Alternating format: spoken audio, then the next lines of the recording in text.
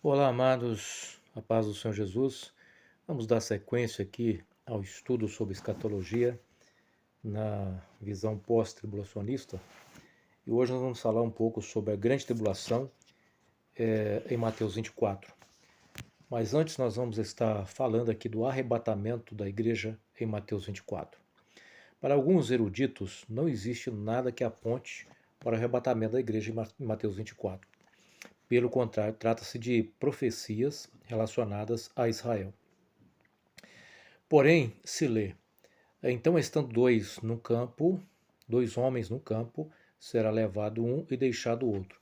Estando duas mulheres trabalhar no moinho, será levada uma e deixada a outra. Vigiai, pois, porque não sabeis em que dia vem o vosso Senhor. Mateus capítulo 24, versículo 41, versículo 42. Se considerar o contexto, Cristo afirma que, estando duas moendo no moinho, será levada uma e deixada a outra.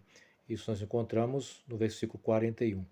Mesmo que não haja o consenso entre os intérpretes que esse versículo diz respeito ao arrebatamento, o termo levar às vezes é interpretado como levar de Mateus 24, 39. No entanto, os termos no original grego são diferentes. No versículo 41, conforme o dicionário grego da Bíblia para a palavra-chave, é paralambano, que quer dizer receber perto, associar-se com um relacionamento familiar íntimo. Já no versículo 39, Pedro Severino Silva, escrevendo sobre escatologia, a doutrina das últimas coisas, ele diz que o termo ali no grego é airo, que tem o sentido de levar para destruição, como no dilúvio. O versículo 13 de Mateus 24 diz assim: Mas quem perseverar até o fim, esse será salvo. E este evangelho do reino será pregado no mundo inteiro, em testemunha a todas as nações. Então virá o fim. Quando, pois, virdes está no lugar santo a abominação da desolação, predita pelo profeta Daniel, quem lê, entenda. Mateus 24, 13 ao 15. Essa afirmação de Cristo parece apontar claramente para algo distante ao ano 70. O evangelho deveria ser pregado no mundo inteiro em testemunho a todas as gentes. Embora o mundo todo possa, dependendo do seu contexto, ser uma referência ao mundo romano, como nós podemos encontrar na carta de Paulo aos Colossenses, no capítulo 1, versículo 23, onde diz: Se é que permaneceis na fé, alicerçados e firmes, não vos deixando afastar da esperança do evangelho que ouvistes e que foi pregado a toda criatura debaixo do céu e do qual eu, Paulo, me tornei ministro. Na fala de Paulo, o evangelho já havia sido pregado a toda criatura, e é claro que nesse texto não abrange todos os habitantes da terra. Porém, na fala de Cristo viria o fim. O fim aqui seria uma resposta à pergunta dos discípulos: que sinais haverá do fim do mundo?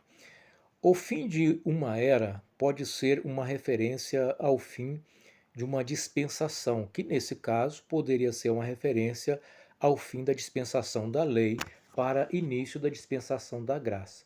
Mas não se sustenta a tal interpretação, uma vez que o Evangelho é a manifestação da graça por meio de Cristo.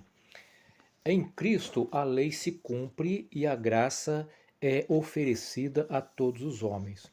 Logo, o fim da dispensação da lei acontece com a morte, ressurreição e ascensão de Cristo, dando início à era da Igreja a partir do Pentecostes.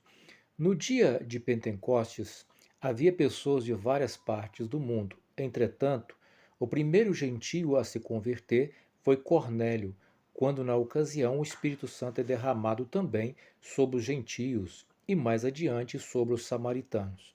Ainda assim, os gentios na casa de Cornélio, embora representassem todos os gentios para os quais a porta da graça se abriu, não havia ali gentes de todas as tribos e línguas.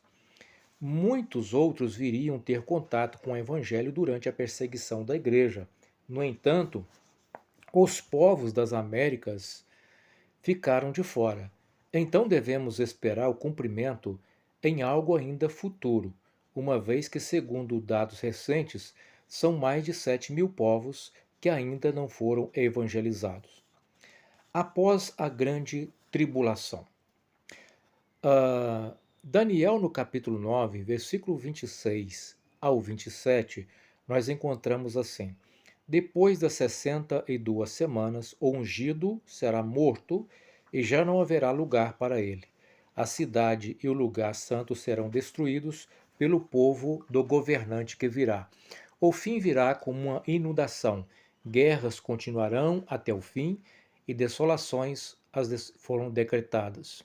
Com muito ele firmará uma aliança que durará uma semana. No meio da semana ele fará fim do sacrifício e oferta. E numa ala do templo será colocado o sacrilégio terrível, até que chegue sobre ele o fim que lhe está decretado. Usei aqui a versão NVI. Há debates teológicos sobre o cumprimento dessa profecia. Alguns vão entender que Antíoco Epifânio parece ter cumprido tal profecia num contexto mais imediato. Em 163 a.C., ele profanou o templo, colocando a própria imagem no lugar santo e sacrificando porcos no altar, e proibiu o sacrifício. Apesar disso, Cristo fala de um cumprimento da profecia de Daniel com o cerco de Jerusalém e parece projetá-la para um futuro ainda distante, se considerar alguns pontos que nos leva a pensar no já e ainda não, a qual eu já disse nos vídeos anteriores. Para alguns, aquele que faz a aliança com muitos é Cristo, e o fato de ele ser sacrificado faz cessar o sacrifício da aliança, tornando-a obsoleta. Alguns chegam a afirmar categoricamente que isso está muito claro. Dentre os que assim interpretam, existe aqueles que vão entender que a última semana se cumpriu no ano 70, são os preteristas, e alguns amilenistas. Esses amilenistas defendem que a última semana não é literal, ou seja, 7 anos finais são simbólicos, e por isso a última metade da semana inicia-se com a morte de Cristo e estende-se até a segunda vinda de Cristo.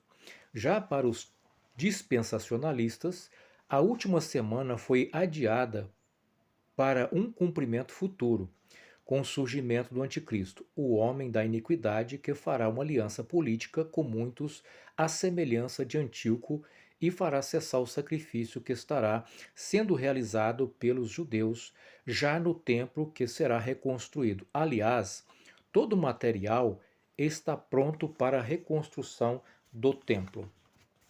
Temos informações a respeito dessa movimentação para a reconstrução do templo. A Igreja Assembleia de Deus de Cascavel, ela escreveu no seu site e está à disposição, quem quiser pesquisar, é só pesquisar no Google adcascavel.com.br, novidade /149, grupos judeu começam a arrecadação para a construção do terceiro templo. Bom, aqui nós temos informações dadas pela Assembleia de Deus sobre esse assunto. Mesmo em meio à guerra atual com o Hamas em Gaza, os membros do Instituto do Templo continuam com sua campanha mundial para a reconstrução da Beit Hamikdash, Beit Hamikdash, que seria na verdade o terceiro templo. Não sei hebraico, então embola um bocadinho aqui para falar o que está escrito aqui. Também é chamado de terceiro templo. Ele recebe esse nome porque o original edificado por Salomão, terminado em cerca de 950 a.C., foi destruído na invasão da Babilônia, o qual eu já falei também em vídeos anteriores. Esse segundo templo foi construído na invasão da Babilônia, em 586 a.C., e depois sendo substituído pelo segundo templo, né, que é construído pelo governador Herodes. Na verdade, não é construído pelo governador Herodes, né? Você tem a reconstrução do segundo templo, no fim ali dos 70 anos de cativeiro babilônico, né? A nação judaica volta para a reconstrução do templo e depois Herodes ele vai ampliar e vai melhorar esse templo, tornando esse templo um templo luxuoso na época de Cristo. Então, na época de Cristo, havia o segundo templo, e é esse segundo templo que vai ser demolido pelo exército romano no ano 70. Existe já movimentação para a reconstrução do templo, inclusive com treinamentos de novos sacerdotes levitas pelos rabinos para começar os rituais descritos no Antigo Testamento, incluindo o que exige a novilha vermelha. E já tem, por exemplo, pronto 102 peças do interior do templo que já estão prontas, incluindo o véu da separação do Santo do Santo. Então, o que nós temos é todo um preparativo para a reconstrução desse terceiro templo, que nós entendemos ser o templo que o anticristo vai se assentar para cumprir a tal profecia. Dentre essas interpretações que nós citamos aqui, a que mais me parece fazer sentido é a última. Com muitos ele fará uma aliança que durará uma semana. No meio da semana, ele dará fim ao sacrifício e à oferta. E numa ala do templo será colocado o sacrilégio terrível, até que chegue sobre ele o fim que lhe está decretado. Daniel 9, 26 a 27. Note-se que ele aqui, nessa passagem, é uma referência ao anticristo. O anticristo fará uma aliança, provavelmente política, com muitos povos e provavelmente para estabelecer a paz. No entanto, ele quebrará a aliança na metade da semana e repetirá o que Antíoco fez com Israel. Perseguirá o povo judeu e os cristãos. Colocará também a sua imagem de sacrilégio dentro do templo e a perseguição terá duração de 3 anos e meio, ou 42 meses, ou tempos e metade de um tempo, ou até mesmo 1260 dias, conforme afirma a profecia do livro do Apocalipse. No final, o que está decretado virá sobre o anticristo. Em Apocalipse, no capítulo 19, versículo 19 e 21, nós lemos assim: Depois vi o monstro reunindo os governadores, os governantes da terra e os seus exércitos para lutarem contra aquele que está montado no cavalo e contra o seu exército. E o monstro foi feito prisioneiro, e com ele o falso profeta, aquele que tinha podido fazer sinais na presença do monstro e com os quais enganava aqueles que tinham aceitado a ser marcados com o sinal e adoravam a sua estátua. Ambos foram jogados vivos no lago de fogo, que queima como enxofre ardente. E todos os soldados daquele exército foram mortos com a espada afiada que estava na boca do que montava o cavalo. E todas as aves de rapina se fartaram com aquela carne humana. Apocalipse 19, versículo 19, versículo ao 21. Se o livro do Apocalipse foi escrito depois do ano 70, portanto depois da queda de Jerusalém, como atesta a maioria dos eruditos, então devemos aguardar o cumprimento dessa profecia em um tempo futuro. Contudo, não é aqui a intenção aprofundar nesse assunto específico, mas mostrar o arrebatamento da igreja ao soar da última trombeta. Se deveremos guardar uma grande tribulação, a quem ela se destina? Uma leitura do livro do Apocalipse demonstra que será concentrada essa grande tribulação em Israel, mas que abrangerá, diferentemente de outras ocorridas na história, povos de todas as línguas. O que nós encontramos em Apocalipse 7, versículo 13 e 14, diz assim: Nessa altura Um dos 24 anciãos perguntou-me: Sabe quem são estes com roupas brancas? De onde vêm? Não respondi. Peço-te que mo digas, pois és tu que deves sabê-lo. E ele me disse: Estes são os que vêm da grande tribulação e que lavaram as suas roupas e a tornaram brancas no sangue do Cordeiro. É por isso que aqui estão diante do trono de Deus, servindo noite e dia no seu templo. Aquele que está sentado no trono os acolherá. Nunca mais terão nem fome nem sede, e nunca mais sofrerão os ardores do sol escaldante, porque o Cordeiro estará diante do trono, será o seu pastor e os conduzirá às fontes de água da vida, e Deus limpará as suas lágrimas dos seus olhos. Louvado seja o nome do Senhor. Que promessa gloriosa para a Igreja de Jesus Cristo. Os pré-tribulacionistas interpretam esse texto que eu acabei de citar geralmente como uma tribulação distinta da grande tribulação. Alguns chegam a negar a salvação de não-judeu durante a grande tribulação, o que pode ser uma realidade, mas não há como negar a existência da igreja durante a tribulação, conforme o texto. Se haverá gentios salvos durante a grande tribulação, a que classe esses pertencem? Evidentemente, à igreja. Como então se dará a salvação durante a grande tribulação? Alguns negam categoricamente que haja salvação de gentios durante o período da última semana profética, uma vez que, segundo a sua teologia, essa se destina à salvação do povo judeu. No entanto, não há lugar algum nas Escrituras que ensine isso. Outros acreditam que haverá sim para os que nunca ouviram falar de Cristo, e há aqueles que acreditam que haverá até mesmo para os que fizeram parte da igreja, mas não foram arrebatados por não estarem preparados, o que é um absurdo. Isso foi muito difundido com os filmes deixados para trás. A respeito dessa abordagem pré-tribulacionista, já ouvi as coisas mais absurdas, tais como o evangelho se encerra com o arrebatamento da igreja antes da última semana profética. Talvez essa seja a mais absurda que eu já ouvi. Não vou citar aqui o nome da instituição que está ensinando isso, para mim não entrar aqui em dificuldade com os irmãos. Mas essa é uma afirmação completamente herética e absurda.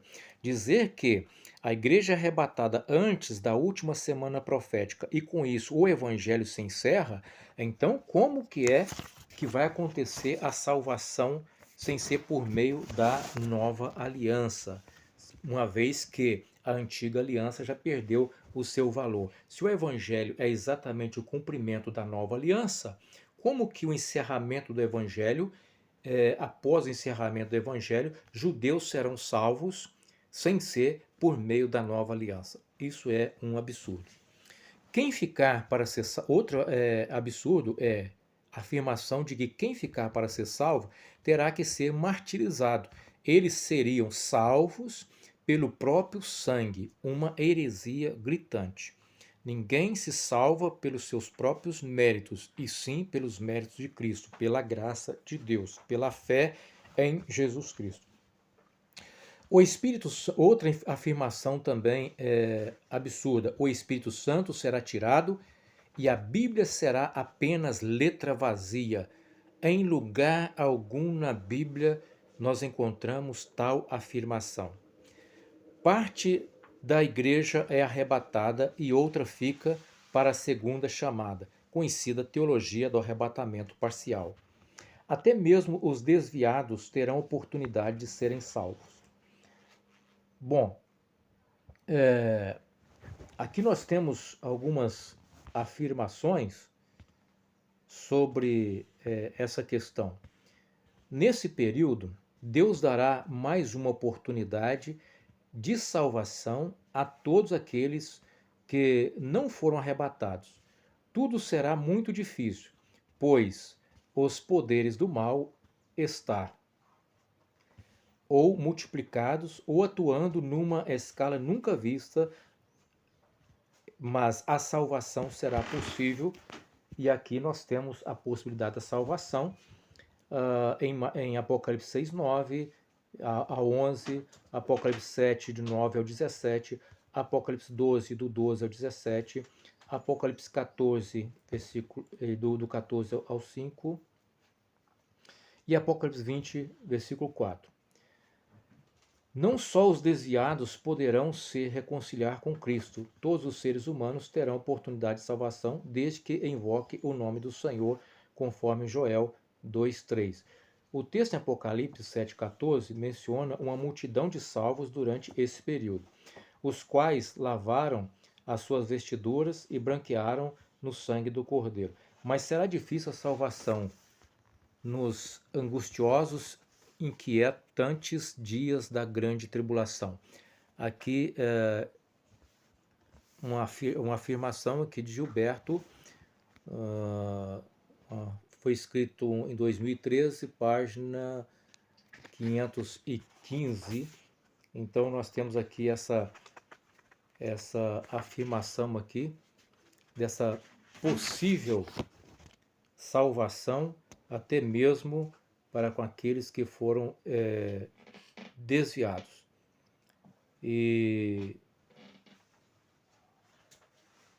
Mas, na verdade, o que nós temos aqui são grandes contradições.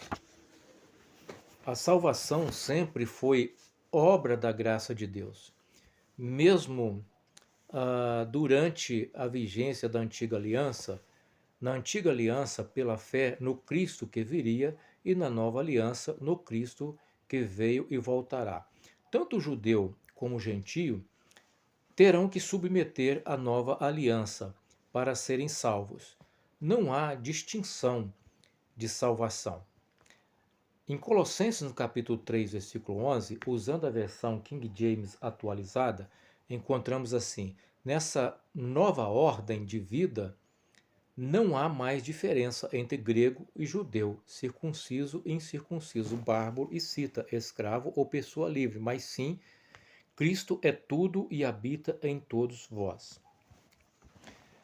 Bom, ao soar da última trombeta, nós encontramos, como já citado em vídeos anteriores, a fala de Paulo em 1 Coríntios, capítulo 15, versículos 51 ao 53. Mas posso revelar-vos um mistério, é que nem todos morreremos, contudo todos receberemos novos corpos. E tudo acontecerá num abrir e fechar de olhos, quando a última trombeta soar. Porque haverá no céu um toque de trombeta, e todos os cristãos que já morreram tornarão à vida com novos corpos que nunca mais hão de morrer. Então nós, os que estivermos vivos ainda, seremos igualmente revestidos de novos corpos, pois os nossos corpos teremos sujeitos à morte, serão transformados em corpos celestiais que não podem morrer, mas que viverão para sempre. 1 Coríntios 15, versículos 51 ao 50. O contexto dessa passagem, Paulo está tratando da ressurreição de Cristo e da ressurreição dos mortos, mas especificamente dos salvos. Versículo 12 assim: mas se pregamos que Cristo ressuscitou da morte, porque é que alguns de vocês andam a dizer que não há ressurreição dos mortos? Porque se não há ressurreição dos mortos, então Cristo ainda deve estar morto. O versículo 20: mas o fato é que Cristo ressuscitou mesmo dentre os mortos, e se tornou primeiro entre os milhões que um dia voltarão a viver. Versículo 22: cada um de nós morre porque pertence à descendência pecadora de Adão, mas todos os que estão ligados a Cristo voltarão de novo à vida. Ainda assim, cada um na sua ordem. Cristo foi o primeiro a ressuscitar. Depois, quando ele voltar, todo o seu povo tornará a viver. Quando ele voltar, todo o seu povo tornará a viver. Preste atenção nessa afirmação de Paulo aqui. O texto é categórico em afirmar que a ressurreição dos salvos ocorrerá na segunda vinda de Cristo. Se não fosse assim, teríamos uma terceira vinda de Cristo para os salvos. Paulo vai afirmar que a ressurreição dos salvos para o arrebatamento ocorrerá ao soar da última trombeta. Que é esta última trombeta? Alguns vão dizer que essa não tem relação com a última trombeta do Apocalipse, pois essa é a trombeta de Deus e a do Apocalipse, trombeta de anjo. A trombeta para a igreja é salvação, enquanto a trombeta para Israel, ou seja, do Apocalipse, são trombetas de juízo. Contudo, não vejo fundamento sólido para tais afirmações. Tudo não passa, a meu ver, de um arranjo teológico para ajustar o texto bíblico aos seus pressupostos teológicos. Afinal, quantas últimas trombetas existem? Se a última trombeta toca antes da sétima do Apocalipse, isso é cronologicamente absurdo. A crença de que a igreja passa pela grande tribulação foi defendida pela maioria, ou, por que não dizer, por todos os pais da igreja. Essa teologia vai praticamente surgir no final do século XIX. E quem vai ali ser o pivô da distribuição dessa teologia é John Nelson Darby, que vai ali atuar, né? Foi um pregador, esse foi um pregador anglo-irlandês, e que pertenceu ao grupo dos chamados Irmãos, né? Então ele teve uma participação muito grande nessa questão do dispensacionalismo moderno e foi considerado, portanto, o pai, né, do dispensacionalismo e do futurismo. A teologia do arrebatamento pré-tribulacional ela foi popularizada, então, por esse John Darby, né? John Nelson Darby, e pelo grupo dos Irmãos.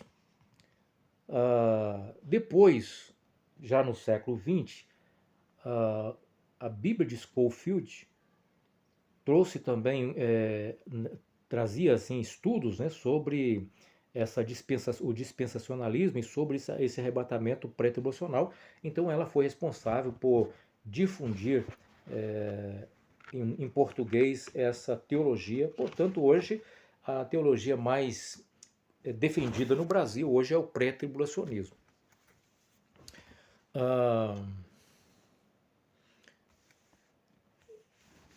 O que nós vamos ler, meus irmãos, em 2 Tessalonicenses, no capítulo 4, versículo 3, 17, diz assim: Não quero, irmãos, que ignorem o que se passa com os crentes que já dormem o seu último sono, para que não caiam na tristeza, como qualquer que vivem sem esperança. Porque se cremos que Jesus, depois de morrer, ressuscitou, também devemos crer que todos os que morreram, fiéis a Jesus, Deus os tornará a trazer a vida na companhia de Jesus.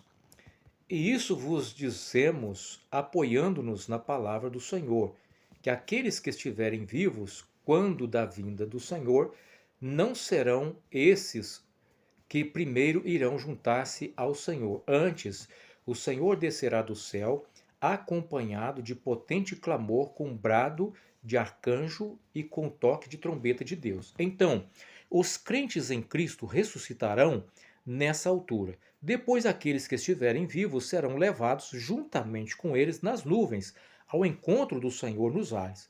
E assim ficaremos unidos a Ele para sempre. 2 Tessalonicenses, capítulo 2, versículo 4, 13 ao 17. Baseado nesse texto, alguns fazem a distinção entre trombetas de Deus e trombetas de anjos, como se os anjos e arcanjos não estivessem ao serviço de Deus. O fato de um anjo tocar a trombeta não significa que não seja de Deus. Na verdade, olhando para esse texto, há uma semelhança muito grande com o que Cristo falou. Cristo falou o seguinte: E ele enviará os seus anjos com rijo, clamor de trombeta, os quais ajuntarão os seus escolhidos desde os quatro ventos, de uma a outra extremidade dos céus. Mateus 24, versículo 31, usando aqui a versão revista e corrigida. Então, o que nós encontramos em Mateus 24, nós encontramos o clamor, né? E nós encontramos aqui a semelhança com o que nós encontramos em Tessalonicenses, potente clamor. Nós encontramos anjos em Mateus 24, encontramos arcanjo aqui em 2 Tessalonicenses. Encontramos trombeta em Mateus 24, encontramos trombeta de Deus aqui em Tessalonicenses. Então, a vinda descrita pelo Senhor Jesus em Mateus 24 se assemelha muito com a vinda descrita por Paulo quando escreve aos Tessalonicenses. Alguns chegam a fazer a distinção um pouco estranha, como no caso de Silva, Pedro Severino Silva, escrevendo a Escatologia, a Doutrina das Últimas Coisas, que foi publicada pela CPAD em 1988, ele vai dizer que o alarido refere-se à igreja, a voz de arcanjo referindo-se a Israel, a trombeta de Deus referindo-se às nações. Fato é que não se encontra tal distinção no texto bíblico. O próprio contexto em que aparece a expressão trombeta de Deus é relacionado com o arrebatamento da igreja. Antes, o Senhor descerá acompanhado de um potente clamor com brado de arcanjo e com toque de trombeta de Deus. Então os crentes em Cristo ressuscitarão nessa altura. Depois aqueles que estiverem vivos serão levados juntamente com eles nas nuvens ao encontro do Senhor nos ares. E assim ficaremos unidos a Ele para sempre. Outro aspecto a ser considerado entre as semelhanças se encontram em 2 Tessalonicenses, no capítulo 2. Agora, irmãos, voltando ao assunto do regresso do nosso Senhor Jesus Cristo e da nossa reunião com Ele, vos rogamos que não se deixem influenciar tão facilmente no vosso entendimento, nem perturbem-se, quer por pretensas revelações espirituais, quer por mensagens ou cartas que vos digam terem sido enviadas por nós e que têm como objetivo levar-vos a acreditar que o dia de Cristo já terá acontecido. Que ninguém de forma alguma vos engane, porque isso não acontecerá sem que antes ocorra uma grande revolta contra Deus e se revele aquele homem que encarnará em si mesmo a iniquidade, o filho da perdição. Ele se oporá e levantará acima de tudo quanto se chama divino e digno de adoração, e pretenderá mesmo tomar o lugar de Deus no próprio templo de Deus, fazendo-se passar por Deus. Não se lembre de que eu vos falei de tudo isso quando ainda me encontrava convosco. Convosco também sabem o que de momento impede esse homem maligno de aparecer. É verdade que essa força de iniquidade vai avançando, mas há um que o impede até que seja retirado. Só nessa altura será revelado aquele ser mau que o Senhor desfará pelo sopro da sua boca e que será destruído pelo esplendor com que Cristo aparecerá. Esse homem do pecado atuará segundo o poder de Satanás, através de manifestação de forças, milagres, prodígios, com o fim de darem apoio às suas mentiras.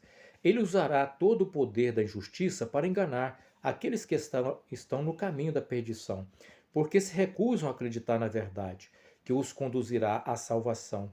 Por isso, Deus permitirá que neles atue influência de engano e os levará a crer na mentira. E assim serão julgados todos os que não creram na verdade e ficaram satisfeitos com a maldade. 2 Tessalonicenses, capítulo 2, versículo 1 ao 12. Para os pré-tribulacionistas, há uma distinção entre os termos seguintes: regresso do Senhor Jesus Cristo e a nossa reunião com Ele, sendo o regresso ou a vinda do Senhor referência à segunda vinda em juízo, e a nossa reunião uma referência ao arrebatamento. Mesmo que a reunião seja uma referência ao arrebatamento, no meu entender, os dois termos falam de um mesmo momento, ou seja, Jesus vem e arrebata a sua igreja. Aliás, os termos são colocados em uma ordem lógica. No entanto, para o pré-tribulacionista, a ordem está ao contrário.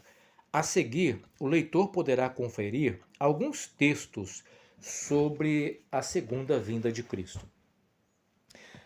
Em João capítulo 14, no Evangelho de João capítulo 14, versículo 3, nós encontramos: E quando eu for e vos preparar lugar, voltarei e vos levarei para mim mesmo, para que onde eu estou, estejais vós também. Observe, virei e vos receberei. A vinda e nossa reunião com ele, ou seja, a mesma expressão colocada em 2 Tessalonicenses. Tito também, no capítulo 2, versículo 13, diz assim: aguardando a bem-aventurada esperança e o aparecimento glorioso do nosso grande Deus e Salvador Jesus Cristo. A bem-aventurada esperança. O que é essa bem-aventurada esperança? O arrebatamento e o aparecimento do nosso grande Deus. Também, em 1 João, no capítulo 2, versículo 28, nós encontramos assim: E agora, filhinhos, permanecei nele, para que quando ele se manifestar, tenhamos confiança e não sejamos confundidos por ele na sua vinda. Quando ele se manifestar, não sejamos confundidos na sua vinda. Então, termos sua vinda, dizendo que a igreja deveria esperar a sua vinda, a manifestação do Senhor. O mesmo termo que vai aparecer em 2 Tessalonicenses, no capítulo 2. Também em Filipenses, capítulo 1, versículo 6, diz assim: Tendo por certo isso mesmo, que aquele que em vós começou a boa obra, a aperfeiçoará até ao dia de Jesus Cristo. Até o dia de Jesus Cristo. Assim também Cristo, oferecendo-se uma vez para tirar os pecados de muitos, aparecerá segunda vez sem pecado aos que esperam para a salvação. Hebreus 9, 22. Aparecerá segunda vez para a igreja. Em Tiago, no capítulo 5, versículo 7, diz assim: Sede, pois, irmãos, pacientes até a vinda do Senhor. Eis que o lavrador espera precioso o fruto da terra, aguardando com paciência até que receba a chuva temporã e seródia. Então nós temos aqui pacientes até a vinda do Senhor, termo usado também ali em 2 Tessalonicenses capítulo 2, né, como nós lemos. No texto de 2 Tessalonicenses 2, capítulo 2, aparece um termo que tem gerado controvérsias até mesmo entre os pré-tribulacionistas. O termo apostasia. Para uns é uma referência ao arrebatamento, uma vez que o termo grego pode ser traduzido por afastamento, por retirada. Para outros, trata-se de uma apostasia generalizada que marcará o retorno de Cristo. No meu entender, a primeira é uma interpretação forçada para ajustar a crença pré-tribulacional. Outro aspecto importante é a retirada do que detém a manifestação do anticristo. Para alguns, é uma referência ao arrebatamento da igreja. Mas qual é o problema dessa interpretação? Voltando ao assunto do regresso do nosso Senhor. Jesus Cristo diz assim: dia de Cristo não acontecerá, o dia de Cristo não acontecerá sem que antes ocorra uma grande revolta contra Deus ou apostasia e se revele aquele homem que encarnará em si mesmo a iniquidade ou filho da perdição, ou seja, o anticristo. Então, o perigo do anticristo se revela no texto seguinte: esse homem de pecado atuará segundo o poder de Satanás, através de manifestação de força, milagre e prodígios, com o fim de darem apoio às suas mentiras. Ele usará de todo o poder e de justiça para enganar aqueles que estão no caminho da perdição, porque se recusam a acreditar na verdade que os conduzirá à salvação. Então note que esse texto aqui, ele é claro em afirmar que a volta de Cristo, o arrebatamento da igreja, não acontece sem que haja a manifestação do anticristo. Então o anticristo primeiro será manifestado.